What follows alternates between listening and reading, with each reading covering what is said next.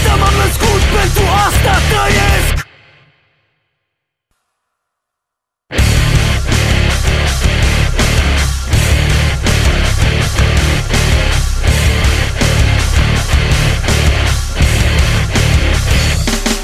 Sunt o fiară scăpată dintr-o pușcă îngustă. Am o mască jovială, mă pudresc cu praf de pușcă.